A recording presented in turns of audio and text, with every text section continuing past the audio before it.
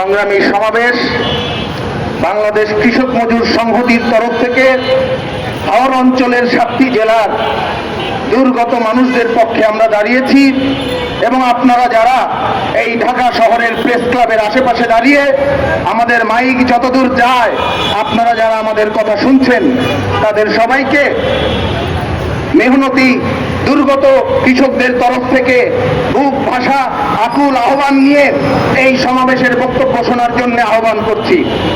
সংগ্রামী সমাবেশ বাংলাদেশ কৃষক মজুর সংহতি এই বাংলার কৃষকদের জন্য গত কয়েক যুগ ধরে লড়াই করে যাচ্ছে, তার ধারাবাহিকতায় আজকে এই ঢাকার প্রেস ক্লাবে দাঁড়িয়েছি। বন্ধুগণ, আমরা কৃষক সংগঠন, আমাদের তো দাঁড়ানোর কথা কৃষকের আলে, কৃষকের হাটে, কৃষকের মাঠে। আমাদের তো এই জাতীয় প্রেস ক্লাব পর্যন্ত আসারই কথা না। আমরা এসেছি কারণ এই কৃষকের কথা এই রাষ্ট্রের অধীর কানে কৃষকের কান্না আজকে পৌঁছাচ্ছে না। ফলে আমরা কৃষকের হয়ে, তাদের প্রতিনিধি হয়ে এই ঢাকা শহরে আপনাদের বধির কান পর্যন্ত পৌঁছে দেওয়ার জন্য দাঁড়িয়েছি। বন্ধুগণ, আমাদের পূর্ববর্তী বক্তার কাছ থেকে শুনেছেন কোন কোন দাবিতে আমরা এই মাইক চালু করেছি, কোন কোন দাবিতে আমরা এই ব্যানার মেলে ধরেছি। আপনারা জানেন আমাদের আগেও আরো অনেক সংগঠন এই প্রেস ক্লাবে গত কয়েকদিন ধরে কৃষকের কান্না আপনাদের সামনে তুলে ধরার চেষ্টা করছে। সংবাদ মাধ্যমের কর্মীরা যথেষ্ট দরদের সাথে এই যে আহত হয়ে যাওয়া কৃষক, হার্ট ফেল করে মারা যাওয়া কৃষক, তাদের পরিবারের কান্না তুলে আনছেন। কিন্তু কেন যেন এই কৃষকের কান্না এই রাষ্ট্রের পলিসি মেকার, নীতি নির্ধারকদের কান পর্যন্ত পৌঁছায় না, এটা কোনো কালেও পৌঁছাচ্ছে না।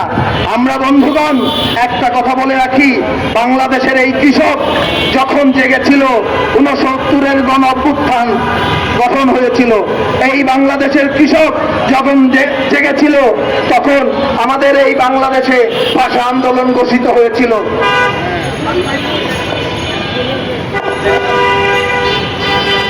সংগ্রামী বন্ধুগণ, এই বাংলাদেশের কৃষকের জাগরণের ফলে এই বাংলাদেশের স্বাধীন বাংলাদেশের পত্তন হয়েছে। কিন্তু যেই দিন বাংলাদেশের মানুষ, বাংলাদেশের মেহনতি কৃষক আবার তারা নাঙল এবং হাল নিয়ে মাঠে নেমে পড়েছে, রাষ্ট্রের অধিকার ছেড়ে দিয়েছে, সেই দিন রাষ্ট্র আবার তাদেরকে ভুলে গিয়েছে। এই যে আমরা 24-এর আন্দোলনে দেখলাম বাংলাদেশের কৃষক তাদের সন্তানদের, কামাল সন্তানদের রাজপথে পাঠিয়েছে, তারা ঘরের থেকে সাপোর্ট দিয়েছে, সহযোগিতা দিয়েছে। কিন্তু গণ অভ্যুত্থান হয়ে যাওয়ার পরে আমরা দেখলাম কতিপয় টাউট বাটপারেরা এই বাংলাদেশের গণ অভ্যুত্থানের ফসল তাদের দিকে লুটপাট করার জন্য নিয়ে গেল এবং কৃষকের জন্য তাদের কোনো বক্তব্য থাকলো না। ফলে এই যে 69-এর গণ অভ্যুত্থান, 24-এর গণ অভ্যুত্থানে কৃষককে যেভাবে আবারও হারিয়ে যেতে দেখলাম, এই যে হারিয়ে যাওয়া রাজনৈতিকভাবে কৃষকের সংগঠন না থাকা, এইটার কারণেই আজকে আমাদের কৃষকের সংগঠনের কথা, কৃষকদের কথা রাষ্ট্রের কানে পৌঁছাচ্ছে না। বন্ধুগণ, আমরা সুনির্দিষ্টভাবে বলতে চাই, এই যে দুর্গত অঞ্চলের কৃষক, তাদের জন্য যারা মূলত দায়ী, আপনারা দেখবেন বছরের পর বছর জুড়ে ওই যে পানি উন্নয়ন বোর্ডের কর্মকর্তারা যারা ওখানে রাষ্ট্রের বেতনভুক্ত কর্মচারী হয়ে বাঁধ নির্মাণ, সুইচ গেট নির্মাণ এবং নিষ্কাশন ব্যবস্থার জন্য তাদেরকে দায়িত্ব দেওয়া হয়েছে। এই কৃষকের ঘামের টাকায় তাদের বেতন হয়, এই আমাদের মতো সাধারণ মানুষের খেটে খাওয়া মানুষের টাকায়, ট্যাক্সের টাকায় তাদের বেতন হয়। কিন্তু তারা ওই চেয়ারে বসার সাথে সাথে ওই চেয়ারকে তারা বানিয়ে ফেলে অর্থ উপার্জনের অস্ত্র। তারা প্রত্যেকটা বাজেটে যেই পরিমাণ বরাদ্দ পায় আপনারা জেনে অবাক হবেন। এই বছরেও শুধুমাত্র একটি জেলার কথা বলি, হাওরে আছে 7টি জেলা, সুনামগঞ্জ, হবিগঞ্জ, সিলেট, কিশোরগঞ্জ, নেত্রকোনা, ব্রাহ্মণবাড়িয়া, এরকম 7টি জেলার শুধুমাত্র সুনামগঞ্জের পরিসংখ্যান আপনাদের দেই। এই সুনামগঞ্জে এই বছরে পানি উন্নয়নের বাঁধ এবং নিষ্কাশনের সুইচ গেট নির্মাণের জন্য তাদের বরাদ্দ ছিল 300 কোটি টাকা এবং এই 300 কোটি টাকাই তারা নষ্ট করেছে। শীতকাল থেকে শুরু হয় এবং এই বন্যার আগ পর্যন্ত তারা এই টাকা খরচ করে। কিন্তু আমরা দেখলাম যখন উজান থেকে ঢলের পানি নেমে আসলো, আমাদের আবহাওয়াবিদরা, আমাদের সাংবাদিকেরা 10 দিন 15 দিন ধরে তারা পূর্বাভাস দিচ্ছিল যে এই কৃষকের ধানগুলো আপনারা তাড়াতাড়ি কাটার ব্যবস্থা করেন, এই কৃষকের ধানগুলোকে আপনারা দ্রুত গোলায় নিয়ে যাওয়ার ব্যবস্থা করেন। বন্যা আসছে এবং আমরা দেখলাম বন্যা আসলো, কিন্তু এই পানি উন্নয়ন বোর্ডের কর্মকর্তা, ওই জেলা প্রশাসক এবং ওই স্থানীয় প্রশাসনের নেতৃত্বে যে প্রকল্প বাস্তবায়ন কমিটি বা পিআইসি গঠিত হয়, সেই পিআইসি কথা শুনলো না, তাদের ঘুম ভাঙলো না। যখন পানি এসে গেল, জোয়ারে ধান ভেসে গেল, ডুবে গেল, কান্নার কারণে যখন মানুষের ঘুম ভাঙলো, আপনাদের মতো সংবাদ কর্মীরা যখন এই কৃষকের কান্নাকে তুলে ধরলেন, তখন প্রশাসনের কর্তারা নড়েচড়ে বসলেন এবং তখন তারা কি করলো? তখন তারা মিথ্যা তথ্য উৎপাদন করা শুরু করলো। তারা বলল 80% ধান কাটা হয়ে গেছে, কিন্তু আমরা এখনো পর্যন্ত খোঁজ নিয়ে দেখেছি 80% ধান নষ্ট হয়ে গেছে। এই যে মিথ্যা তথ্য দিয়ে, এই যে কৃষকের পাশে না দাঁড়িয়ে, এই যে জুলুমবাজ প্রশাসনিক কর্মকর্তারা ওখানে এখনো বহাল তবিয়তে আছে। আমাদের কৃষিমন্ত্রী সেখানে ভ্রমণ করেছেন, আমাদের কৃষিমন্ত্রী সেখানে তাদের সাথে বসেছেন।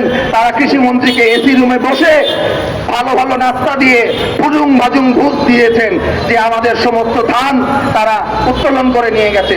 এই সমস্ত মিথ্যা কথার প্রতিবাদ করার জন্য সেইখানে কোনো কৃষক প্রতিনিধি নাই। কৃষক প্রতিনিধিরা এখন তারা ওই ডুবে যাওয়া ধান এবং ওই তারা পচে যাওয়া ধান তুলছেন আর কাটছেন এবং কান্নায় তারা আহাজারি করছেন।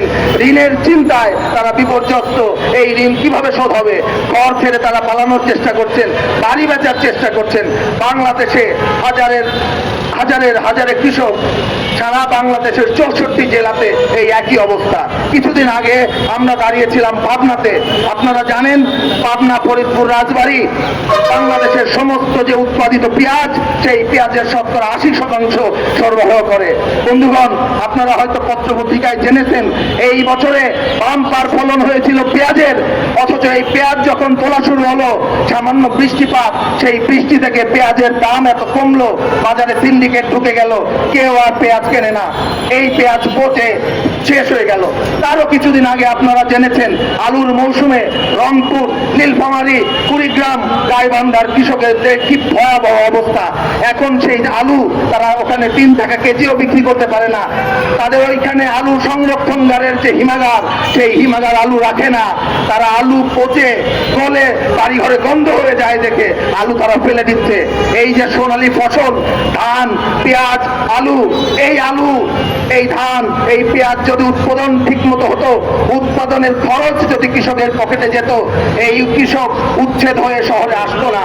আজকে এই চারপাশে যারা অটো চালাচ্ছেন, যারা ভ্যান চালাচ্ছেন, যারা বাস চালাচ্ছেন, তারা প্রত্যেকেই কৃষকের সন্তান। তারা গ্রাম থেকে উচ্ছেদ হয়ে জীবিকার প্রয়োজনে ঢাকা শহরে এসছেন। এই ঢাকা শহরে আপনারা আসবেন, লাখে লাখে আসবেন, ঝাঁকে ঝাঁকে আসবেন, সস্তায় শ্রম বিক্রি করবেন এই গ্রামের বড়লোকদের কাছে, এই শহরের বড়লোকদের কাছে। এই সমস্ত আয়োজন আমরা বলি মানব সৃষ্ট বিপর্যয়। এই সমস্ত আয়োজনকে আমরা বলি কাঠামোগত বিপর্যয়। অর্থাৎ আপনি প্রথমে গ্রামের কৃষককে ভূমি থেকে উচ্ছেদ করবেন, আপনি গ্রামের কৃষককে তার প্রয়োজনীয় উৎপাদন খরচ দিবেন না, এবং তারপরে সেই কৃষকরা যখন শহরে আসবে আপনারা তাদেরকে 400 টাকা, 500 টাকা এই ধরনের বাজার রেটে তাদেরকে গার্মেন্টসে ঢুকাবেন, তাদেরকে কলকারখানায় ঢুকাবেন। এই যে বন্দোবস্ত, এই বন্দোবস্ত চিরস্থায়ী বন্দোবস্ত আকারে বাংলাদেশে জারি হয়েছে। বাংলাদেশ কৃষক মজুর সংহতি দাঁড়িয়েছে এই চিরস্থায়ী বন্দোবস্ত উচ্ছেদ করে একজন বাংলাদেশের কৃষকদের জন্য এই রাষ্ট্রের উপরে, এই ভূমির উপরে এবং এই ফসলের বাজারের উপরে কর্তৃত্ব কায়েম করার জন্য আমাদের নেতা মৌলানা আব্দুল হামিদ খান ভাসানী কৃষকদের নিয়ে যেই বাংলাদেশের স্বপ্ন দেখেছিলেন, যেখানে মেহনতি মানুষের, যেখানে শ্রমজীবী মানুষের, যেখানে কৃষকের ভাগ্য উন্নয়ন ঘটবে, আমরা সেই লড়াইয়ের সারথি, আমরা সেই লড়াইয়ের উত্তরসূরি। আমরা বন্ধুগণ লড়ে যাচ্ছি। আমাদের বক্তব্য আপনারা সঠিকভাবে তুলে ধরবেন, আপনারা গ্রামে গ্রামে কৃষক সংগঠন গড়ে তুলবেন এবং আমরা ক্রমশই অন্যান্য কৃষক সংগঠন সহ শক্তিশালী কৃষক আন্দোলন করে এই রাষ্ট্রের কর্তাদের কুম্ভকর্ণের ঘুম এবং তাদের বধির কানে কৃষকদের দাবি, কৃষকদের আওয়াজ যাতে পৌঁছায় সেই ব্যবস্থা করব। সেই অঙ্গীকার ব্যক্ত করে আজকের এই সমাবেশে যারা উপস্থিত হয়েছেন তাদের সবাইকে আমার তরফ থেকে ধন্যবাদ জানাচ্ছি। আমাদের আরো নেতৃবৃন্দ আছেন, আমাদের সংগ্রামী সভাপতি আছেন, তারা কথা বলবেন, আপনারা ধৈর্য সহকারে মনোযোগ দিয়ে সেই কথা শুনবেন, সেই আহ্বান ব্যক্ত করে এবং আপনাদেরকে আমাদের এই লড়াইয়ে শরীক হওয়ার আহ্বান জানিয়ে বক্তব্য শেষ করছি। ধন্যবাদ সবাইকে।